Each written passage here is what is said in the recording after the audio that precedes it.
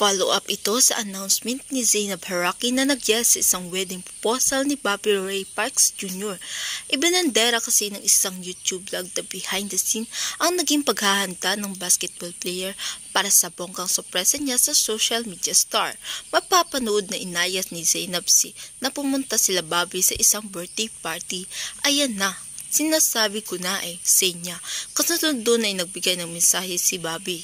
It's truly blessed to call you my best friend, my lover, and my biggest supporter, so I hope that you feel the same way towards to me. I want to continue to build a Christ-centered relationship in which I will lead you to serve you to the best of my abilities. Your genuine, loving, compassionate heart is the crown of your beauty. You and the kids are my home, and I can't imagine life without you. With that being said, I brought all your families, friends, and loved ones here today to bear a witness that I ask one thing. Zainab Haraki, would you make the happiest man in the world and marry me? Say pa niya. At bigla na lang lumuhod at tinalok ng kasal ang scrum personality.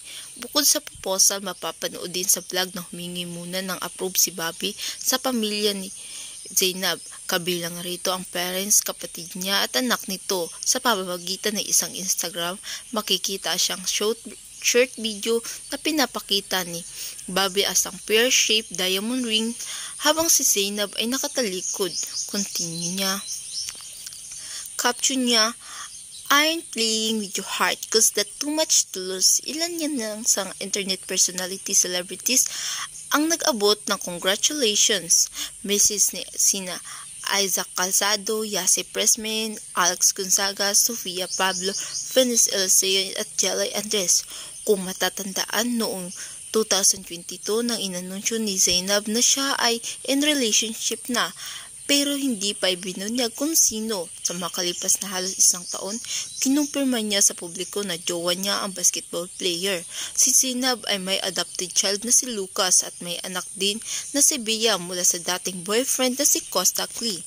Hanggang dito na lamang at maraming salamat sa panonood.